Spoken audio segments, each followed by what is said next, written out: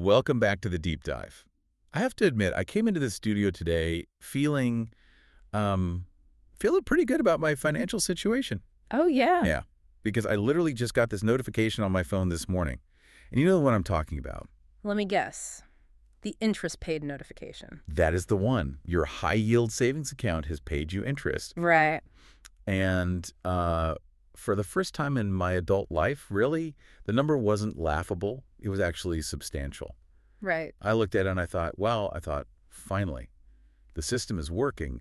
I'm actually winning here. It's a very specific kind of validation, isn't it? It really is. You see that 4.5 or 5% APY, and it feels like, I don't know, it feels like you've pulled off a heist, like you are getting away with something. Exactly. It Yeah. feels like free money. I mean, you compare it to just a few years ago, we were getting, what, like 0.01%? Basically nothing. Yeah, I remember getting pennies, literally pennies.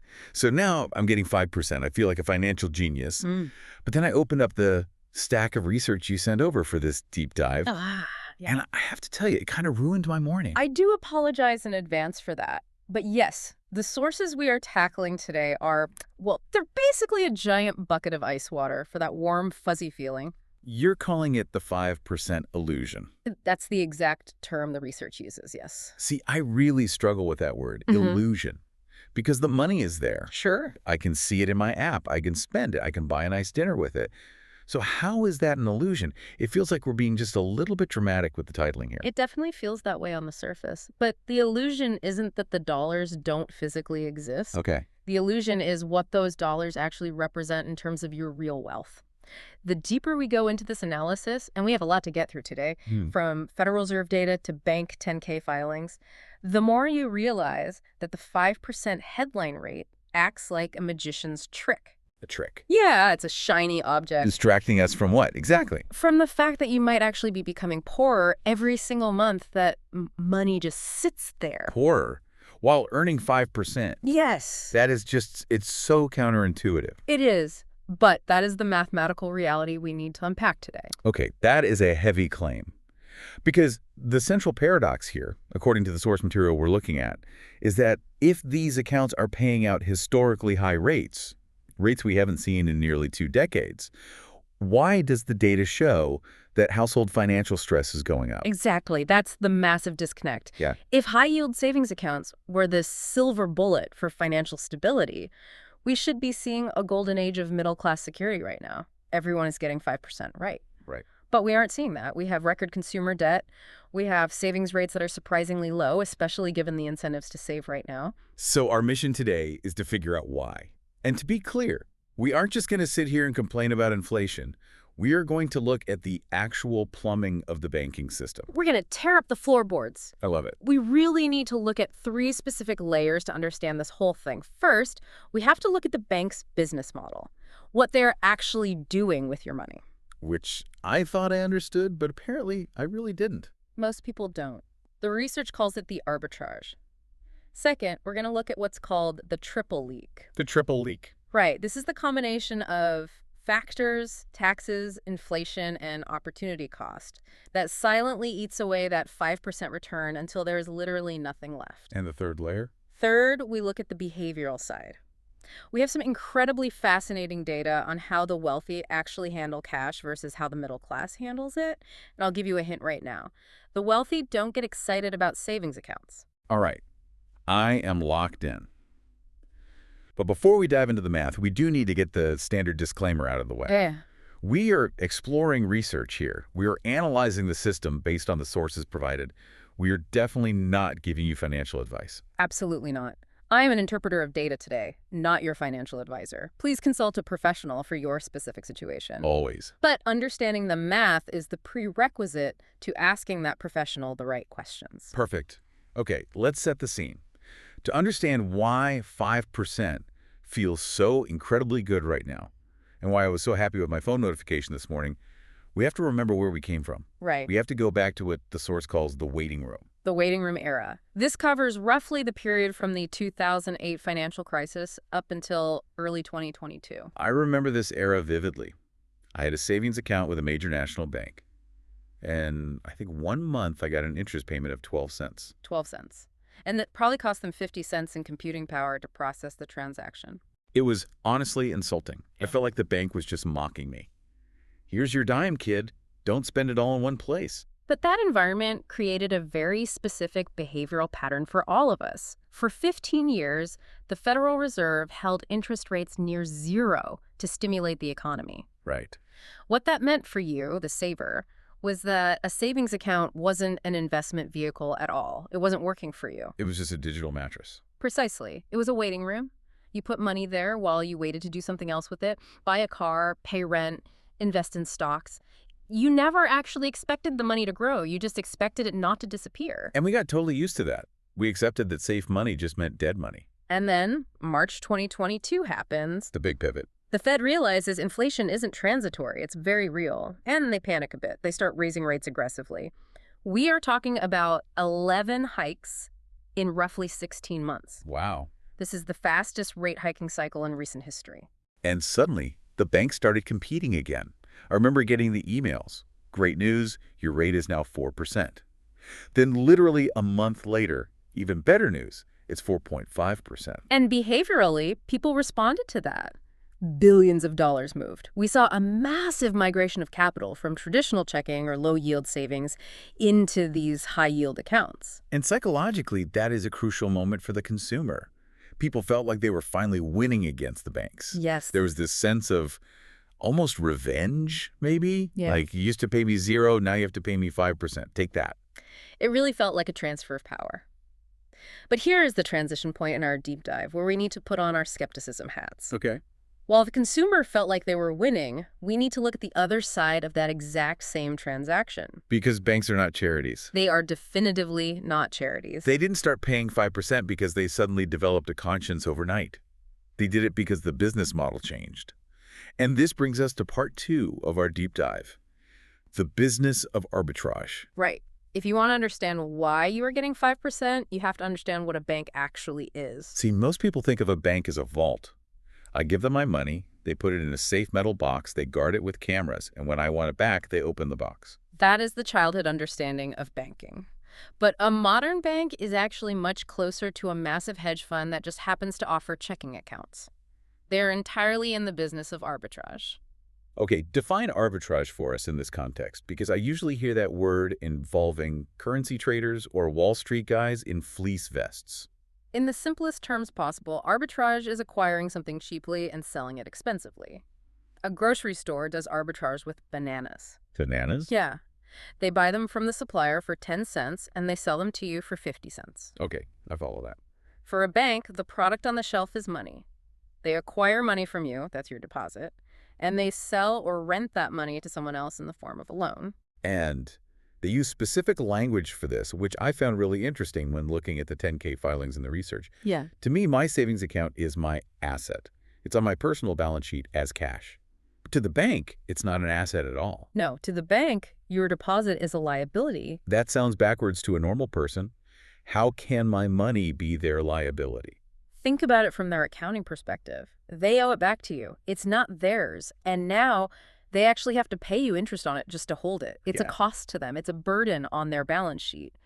But that liability is the raw material that allows them to create an actual asset. Which is the loan. Exactly. The loan they give to someone else is their asset because it generates income for them. Let's look at a concrete example from the source material. They pulled data from the 2024 and 2025 filings of JPMorgan Chase. Now, we are just using them as an example because they are the biggest, but this dynamic applies to almost any major bank. Right. JPMorgan Chase, according to their 2024 10K filing, which is public record, anyone can go read it, showed $58.5 billion in net income. $58 billion. Profit. Net profit. That is after paying the tellers, the real estate rent, the electricity, the massive tech support infrastructure, $58.5 billion. So when I get my little $450 interest payment and feel like I'm beating the bank, they are sitting on $58 billion. You are getting the absolute crumbs from the cookie, yes. But they aren't making that $58 billion by accident. It all comes down to the net interest margin. Break that down for us. It is simply the spread between the interest they pay out to depositors like you and the interest they collect from borrowers. And the source breaks this down with a $10,000 example that I found really illuminating. Let's walk through that exact example, because I think this is where the illusion really starts to crack for people. Okay, let's unpack this transaction step by step. Let's say you, the listener, deposit $10,000 into a high-yield savings account at 4.5%. You feel great about this. Naturally. Over the course of a year, the bank pays you $450 in interest. So I'm up $450. Not bad at all. That pays for a few nice dinners out. Not bad at all. But now, let's look at what the bank actually does with your $10,000. They don't let it sit in the vault, they deploy it. And one of the most profitable ways they deploy capital is through credit card lending. And the interest rates there are definitely not 4.5%. No, not even close. According to Federal Reserve data for Q3 of 2025, the average interest rate on credit card accounts that were assessing interest was 22.3%. 22.3%. Wait, is that really just the average? That is the average for accounts actually assessing interest. Some are higher, some are a bit lower, but that is the benchmark. So on that exact same $10,000 of mine, if they deploy it via credit cards, the bank is generating how much? The bank is generating $2,230 in interest income over that same year. Okay, let me do the mental math here. They collect $2,230 from the credit card borrower. Yes. They pay me $450. And they keep the difference. That is $1,780 in gross profit on that single $10,000 transaction. That is the spread. That is the core of the arbitrage. That is a massive, massive margin. I mean, if I ran a regular retail business where I could buy inventory for $450 and sell it for $2,200, I'd be a billionaire in a month. And that's exactly why banks are the most profitable institutions in the history of capitalism. But wait, it actually gets better for them. Think about the risk profile of this setup. Usually in finance, to get a high return, you have to take a high risk. If I want 22% returns in the stock market, I have to buy risky tech stocks or crypto and just pray it doesn't go to zero. Exactly. You assume all the downside. But in the specific part of the banking equation, the deposit acquisition side, what risk is the bank actually taking? Well, if the borrower doesn't pay them back, that's a risk. That's the lending risk. But on the acquisition of the capital, getting the money from you in the first place, they take almost no risk. Why? Because of FDIC insurance. The government backstop. Right. The government essentially tells you, the depositor, hey, don't worry about it. If this bank completely fails and goes under, we will pay you back up to $250,000. Right. So you happily give the bank your money without asking for a massive risk premium. The bank gets cheap capital with a government guarantee of safety for the depositor, and then they turn around and flip it for a massive markup. It's almost a government-subsidized business model when you look at it that way. It is a brilliantly designed machine. Now, to be fair, and the source points this out carefully, not every single dollar is lent out on credit cards at 22%. We don't want to paint the banks as cartoon villains twirling their mustaches here. No, absolutely not. That's an incredibly important nuance. They also lend money for mortgages, which right now might be around 6.8%. Right.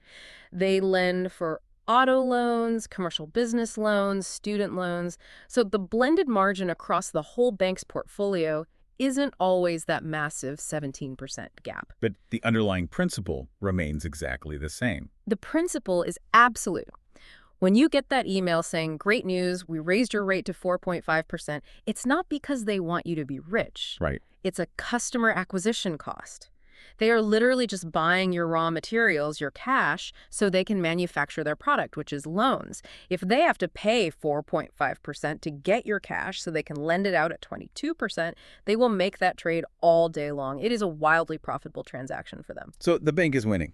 Clearly, they're winning big. But I still go back to my side of the equation.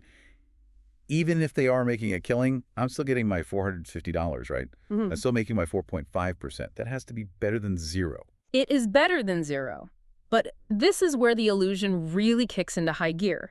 Because the core question isn't, did you get paid $450? The question is, what is that $450 actually worth by the time you can spend it?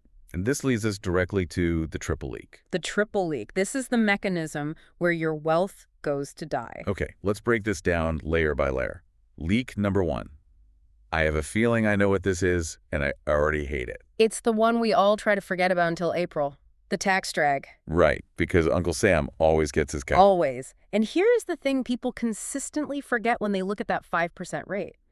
The IRS treats interest from a savings account as ordinary income. Not capital gains. Correct. It is not capital gains, which gets a much more favorable, lower tax rate. Yeah. Your savings interest is taxed exactly like your wages from your job. So if I'm in a 22% federal tax bracket, the government just takes 22% of that interest right off the bat. Right off the top.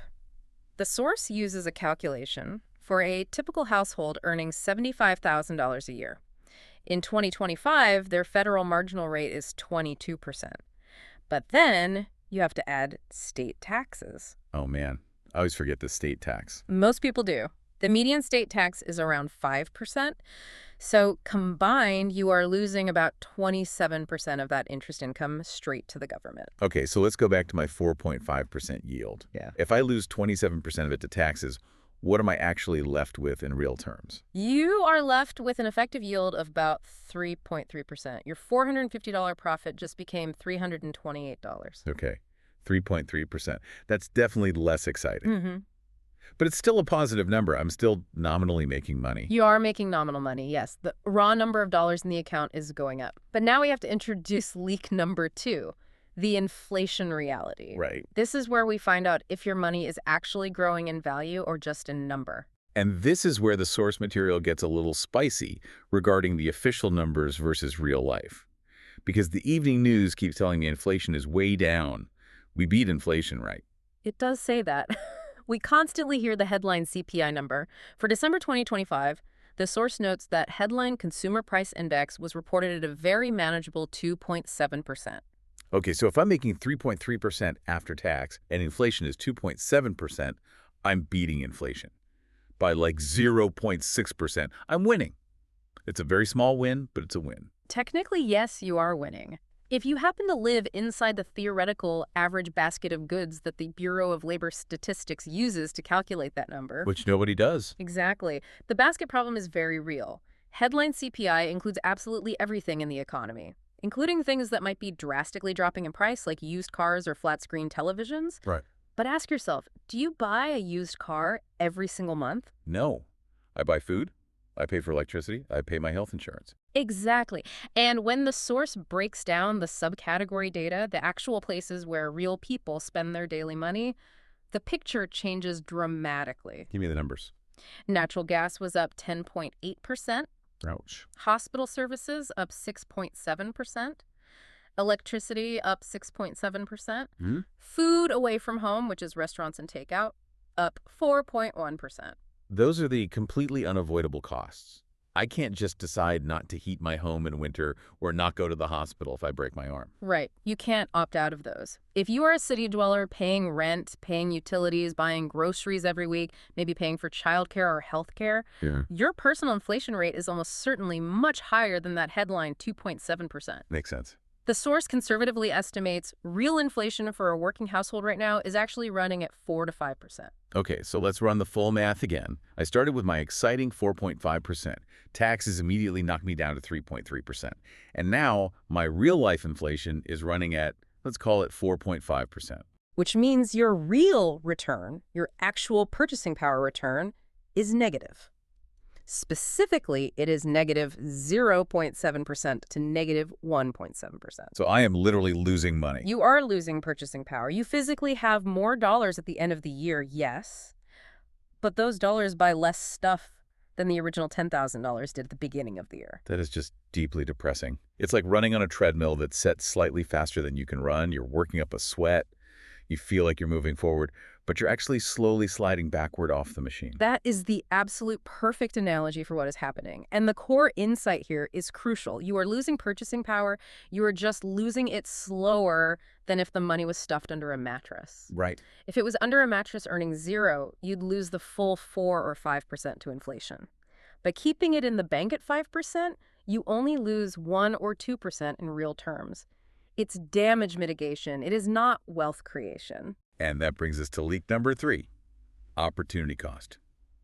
Because while I'm busy mitigating damage and patting myself on the back of my savings account, what is actually happening elsewhere in the economy? This is what the industry calls the cash drag. Opportunity cost is simply the definition of what that specific money could have earned if it were deployed in a productive asset instead of a liability account. The source directly compares the savings account to the S&P 500 here. Great. In 2024, the S&P 500 returned over 20%.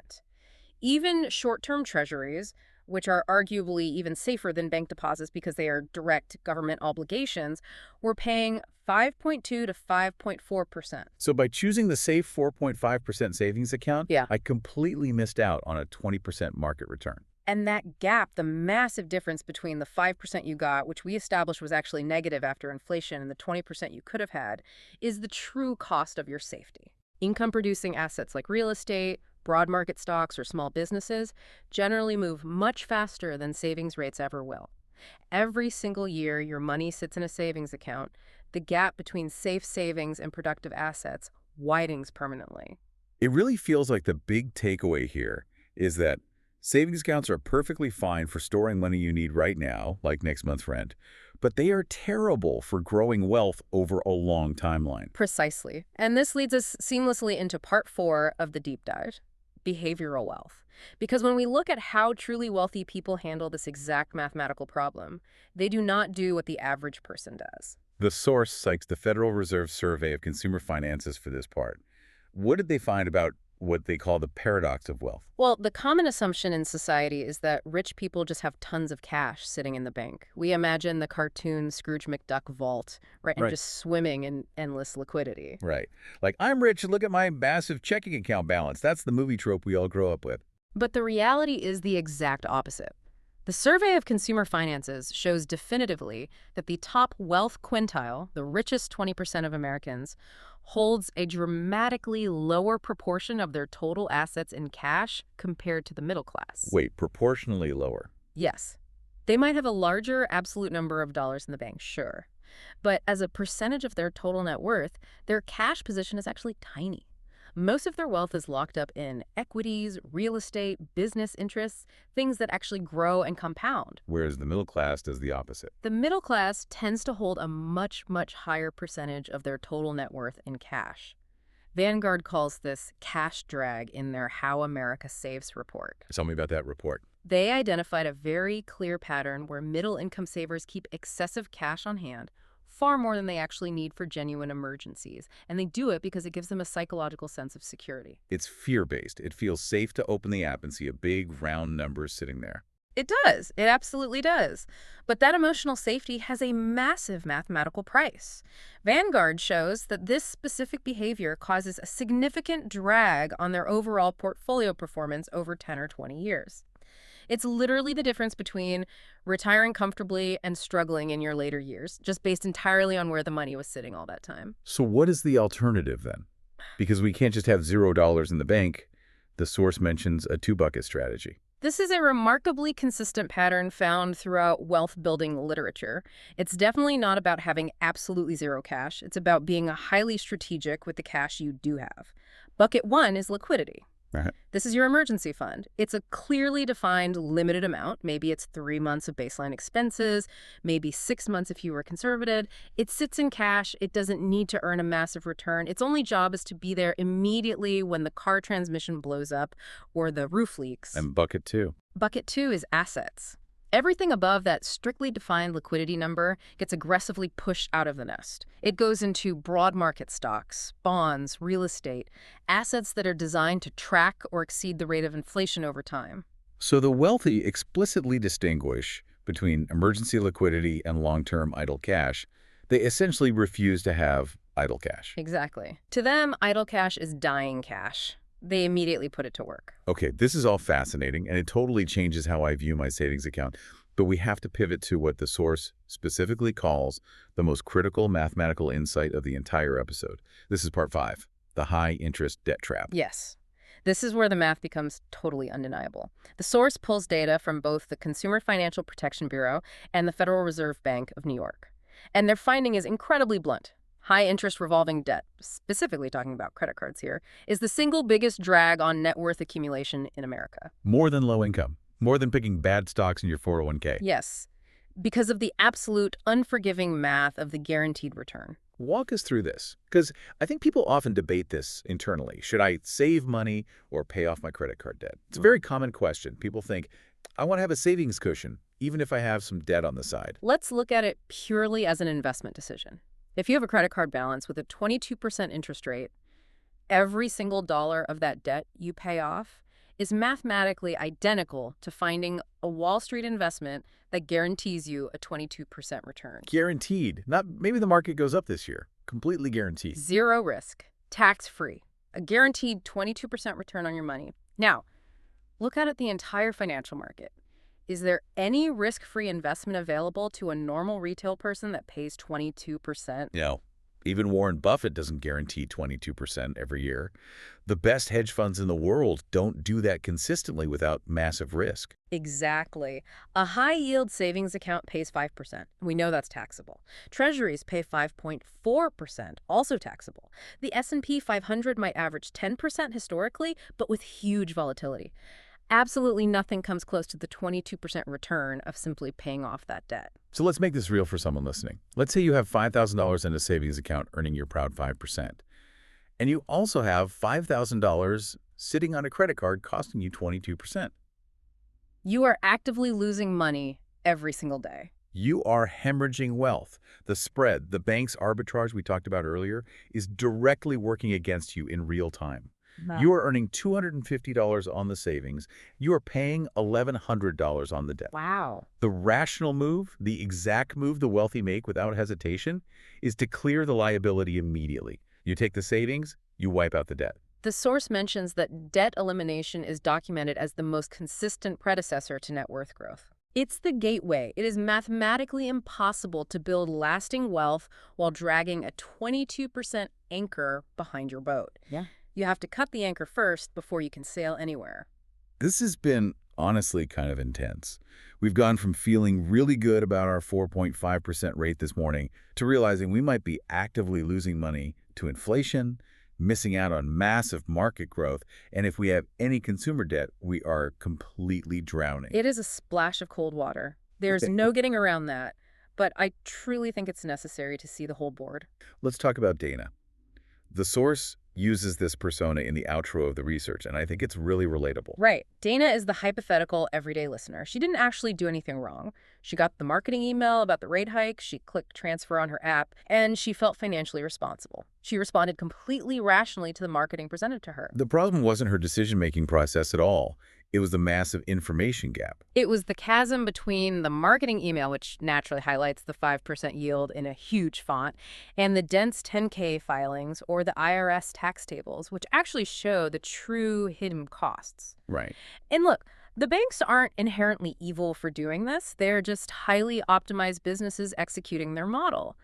The tax man isn't hiding the marginal rates. They're publicly available in the tables. The inflation data is published every month. But nobody puts them all on the exact same piece of paper for Dana to look at. That is the core issue. And that is why our job and the entire goal of this specific deep dive is simply to assemble those completely disparate facts into one single clear picture. And when you finally see the full picture, the safe choice starts to look very, very different. That's the really provocative thought I want to leave people with today. We're aggressively trained by society to think that a savings account is the safe option and that investing in assets is the risky option. Because the stock market goes down sometimes. Right.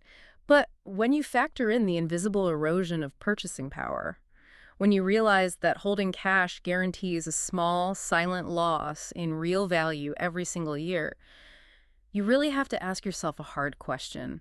Is that actually safe? Or is it just a slow, guaranteed leak in the boat? That is a whole lot to chew on. And if you think this conversation was uncomfortable, the source strongly teases the next deep dive topic. Oh boy. Yes. Homeownership. Yeah. They want to comprehensively cover the total real cost of owning a home in 2026, the hidden liquidity implications of 30-year mortgages, and who actually profits the most from residential real estate. The explicit warning in the source material was that it will be a deeply uncomfortable listen. Even more so than this savings account discussion today, because savings accounts are ultimately just math.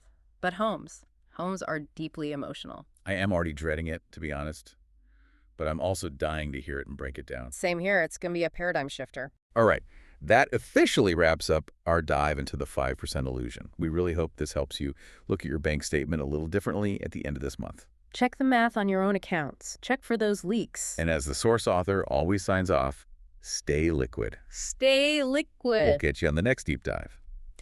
Before we fully cut the feed today, I was actually just thinking about that waiting room analogy again. It's really sticking with me as we wrap up. The idea that for 15 solid years, we all just sat there waiting for yield. Yeah. Just think about the profound behavioral conditioning of that entire era. If you are, say, 35 years old right now, you entered the adult workforce right around the time interest rates completely bottomed out near zero. Your entire functional adult financial life up until 2022 was defined by this weird duality. Cash is trash because it earns nothing, but also cash is safe because it never goes down. You literally never had to think about yield because there frankly wasn't any yield to think about. Right. You just obsessively checked your banking app balance to make sure you didn't overdraft before payday. Yeah. You certainly didn't check your balance to see how much actual wealth you earned that month. Exactly. And now, suddenly, the underlying game mechanics have radically changed. But our internal mental software hasn't fully updated to the new patch. We see the 5% yield and we immediately treat it like this massive windfall rather than coldly calculating it against the new, harsher environment of elevated inflation. We are fundamentally playing a brand new game, but we are using the old rules. It totally reminds me of the inflation discussion we just had. When I go to the grocery store and see the price of a dozen eggs go up, I notice it immediately. I complain about it. But I don't mentally subtract that exact percentage increase from my savings interest. They feel like two completely separate, unrelated buckets in my brain. And that is exactly the psychological compartmentalization that the banking sector totally relies on. They desperately want you to see the interest paid line item on your statement as pure, unadulterated profit. They do not want you to have a mental dashboard that mathematically subtracts the inflation loss line item right next to it. If your monthly bank statement actually showed real return after inflation and taxes, nobody would keep any excess cash in the bank, ever. Oh my God. Can you even imagine that statement? Yeah. Let's see, interest paid plus $450, estimated tax liability minus $122, purchasing power inflation erosion minus $500, net change for the year, congratulations, you are poorer. People would absolutely riot in the branch lobbies. They would pull their money out the exact same day, which is exactly why the bank will never, ever design the statement to look that way. The opacity of the math is a feature of the system, not a bug. And that ties perfectly back to the JPMorgan Chase data we looked at. I mean, $58 billion in net income. It's genuinely hard to even wrap your human head around a number of that magnitude. It is massive. And remember, again, that is net income, pure profit. After paying all the thousands of tellers, all the commercial real estate rent for the physical branches, all the massive cybersecurity and technology costs, that profit is generated largely by that exact spread we talked about, the arbitrage. It really emphasizes that arbitrage concept. I really like that you brought that specific framework up today. Because we usually reserve the word arbitrage for, like, currency traders in London or super sophisticated algorithmic hedge funds. We definitely don't think of our friendly neighborhood branch manager handing out lollipops as an arbitrager. But that is the fundamental core function of banking. It has been since the Medicis and Renaissance Italy. We take gold from people who desperately want safety, and we lend that gold to people who desperately need capital to build things. The spread between those two desires pays for the marble floors in the bank lobby. Right. The only real difference now is the brutal technological efficiency of it. The modern credit card machine is just so unfathomably efficient at continuously extracting that 22% yield month after month. 22.3%. I seriously cannot get over that average number. It is staggering. And what's infinitely worse is that for many struggling people, that credit card interest is compounding daily. So while your nice little savings account interest might quietly compound once a month, the debt is mathematically eating you alive on a daily basis. Which really makes the high-interest debt trap section of the source material even more critical than anything else we discussed. I feel like we just can't stress that specific point enough today. If you have credit card debt, The entire savings rate discussion is almost entirely irrelevant for you. Completely irrelevant. If you are actively bleeding from a 22% severed artery, carefully putting a 5% Band-Aid on a paper cut on your finger does absolutely nothing to save you. You have to stop the massive bleeding first. That's a great way to put it. The math is just brutal and totally unforgiving. There is no mathematical scenario, none at all, where keeping cash in a savings account makes any logical sense if you simultaneously have revolving credit card debt. But people do it constantly. I know extremely smart people who do it. They have $5,000 in savings because they are absolutely terrified of hitting zero in their checking account, but they simultaneously have a $5,000 balance on a high-interest Visa card. That is the security blanket psychology in action. They feel deeply emotionally vulnerable with zero cash on hand. Right. But they don't realize they are far more financially vulnerable with the debt compounding against them. It's a direct conflict between emotional safety and mathematical safety. And unfortunately for wealth building, emotions almost always win that battle. Until the math eventually catches up with them. The math always catches up. Eventually, it's undefeated. I really, really like the distinction in the research about the two-bucket strategy. It feels highly actionable for the average listener because just telling people don't hold any cash sounds terrifying and reckless. But saying, hold exactly this much cash for real emergencies and aggressively invest the rest, that feels structured and manageable. It gives you the psychological permission to have that necessary safety net. You don't have to be financially reckless to build wealth. Keep the 3 to 6 months of baseline expenses in the savings account. Sleep soundly at night knowing it's there. Yeah. But once that first bucket is totally full, you have to stop pouring water into it. You have to start watering the actual garden. Start watering the garden. I really like that analogy because the garden actually grows over time. The bucket just slowly evaporates. Slowly, leak by invisible leak. The tax leak was honestly the one that surprised me the most today. I always completely forget about the state tax impact on interest income. It adds up fast, especially if you happen to live in a high-tax state like California or New York. You could easily be losing closer to 30 or 35% of your total interest income, just depending on your specific tax bracket. And the bank definitely doesn't put that little fun fact in the great news marketing email. Great news, you earn $450, but you only actually get to keep $300 of it. Enjoy. Great news, you're single-handedly creating municipal tax revenue. Right, exactly. It really frames the government as this completely silent partner in your personal savings account. They are the silent partner in almost every financial transaction, unfortunately. But in a savings account specifically, because the raw yield is so extremely low to begin with compared to equities or real estate, that tax bite hurts disproportionately more. That makes sense. Think about it. In the stock market, if you make a 20% return and then have to pay long-term capital gains taxes, you are still way, way ahead of inflation. In a savings account, if you only make 4.5% and then pay ordinary income taxes, and then you subtract real-world inflation, you're deeply underwater. The mathematical margin for error is just incredibly thin. It's thin ice. We think we're standing on this massive, solid glacier of safe cash, but it's actually thin ice that's slowly melting underneath us. And that brings us perfectly back to the source's final provocative point about the quote-unquote safe choice actually being the risky choice over a long enough timeline. Yeah, that was the real aha moment for me in reading this research.